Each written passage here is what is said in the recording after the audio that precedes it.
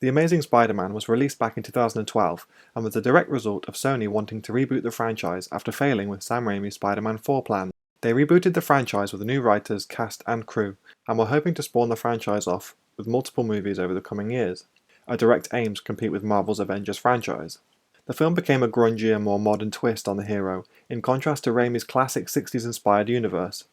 Peter Parker now had cool hair, a skateboard, and a different girlfriend in order to better differentiate itself and stand alone as a cool new franchise that was leaping into the modern world, and this, of course, is a movie that I love. I was 14 years old when this movie was released, the perfect age to enjoy and take inspiration from this movie.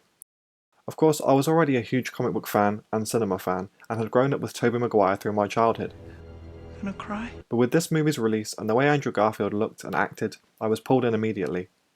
I connected straight away to this new Peter Parker, and despite the negativity this movie, and particularly its sequel, got, I think I found he was always the main draw for me into this new franchise. At the time, I felt like I looked like him. I was tall and gangly with funky hair and awkward as hell, and I even had a similar green coat to him. And this is the sort of feelings that I carried with me through most of my teenage years, in which this film and its part 2 were both released. Andrew's casting in this role has always been my main draw into this particular version of Spider-Man, and I think I knew that back at the time, and I definitely know that looking back now, and everything else that came along with this movie was just extra for me. I thought the costume was so slick and cool, nothing like I'd ever seen before, an opinion I still very much think after buying my own suit and getting to play it in a recent Spider-Man PS4 update. I enjoyed the rest of the cast and felt most performances outshined those from the previous trilogy. And, in general, I thought it was far cooler and edgier and more serious than anything that had come before for the character. To put it more simply, this was one of those movies that all the right things fell into place for me at the right time to really get invested in everything about it. And I feel like that, in general, can be a big part in many movies' success or failings. They were not relying on that to be the case for its success, but looking at the current climate to how this movie, this franchise, this actor is seen now, it is clear that people who connected with this movie at the time really loved it, and those that didn't just let it pass them by without much credit. I know this connection with the movie I had also had the same effect with many others my age and or temperament at the time, and there are dozens and dozens of videos dedicated to this franchise on YouTube regarding all aspects of the movie such as reviews, cosplays, edits, video essays and more. There are very few franchises or characters that can create such mass appeal and hysteria online regarding a new release, and Spider-Man is one of them. Such an iconic character with a worldwide fanbase comes with its own baggage, and I feel like this movie suffered from a lack of mass appeal.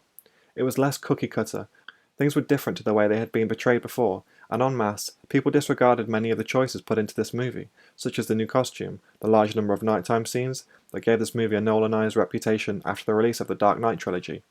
I think the unfamiliarity of this new adaptation really caught people off guard, and they didn't like that. But maybe if Sony and the filmmakers had kept with this darker, edgier vision, people would have gotten on board further down the line, rather than drastically changing up the tone for the sequel. Thankfully, I found it very easy to stray away from the negativity of this movie, although in retrospect it wasn't that bad in comparison to what was to come. I think my naive 14-year-old self was able to keep to what I liked back then.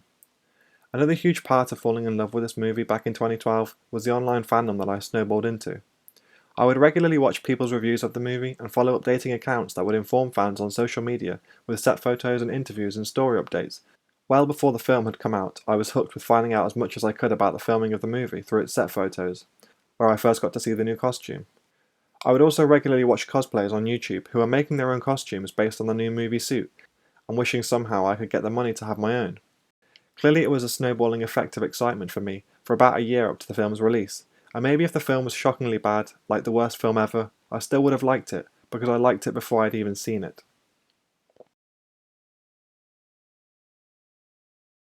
When I saw this in cinemas with my dad, I had to wait a long week after it had come out to finally see it. I was avoiding any and all spoilers, but finally getting to see it made me so happy. I loved every minute of it. Andrew was the coolest movie star in the world for me. The relationship seemed real and not gross or weird, which was definitely a big thing for teenage me. The look of the movie was dark and gritty, with the costumes shining so well in both night and day scenes. Safe to say I was happy. All the investment and excitement in a new movie about an old character that I loved was worth it. My life was peaking with how cool being able to watch this was, and there were going to be many more to come in the future. Or so I thought. And looking back now, I'm really glad I had those feelings. I was happy and enthused by something that I thought was so cool. Watching the movie now kinda has a double effect on me, as I can watch it and like it for how it is and how it's made, but also carry with me all those feelings of intense nostalgia and pure geekiness I had for the film in my early teenage years. You know, once you like something, once it's seeded itself in your brain and gives you great memories, it's very hard to lose that, thankfully. And that is my one favourite takeaway from my experience with this movie.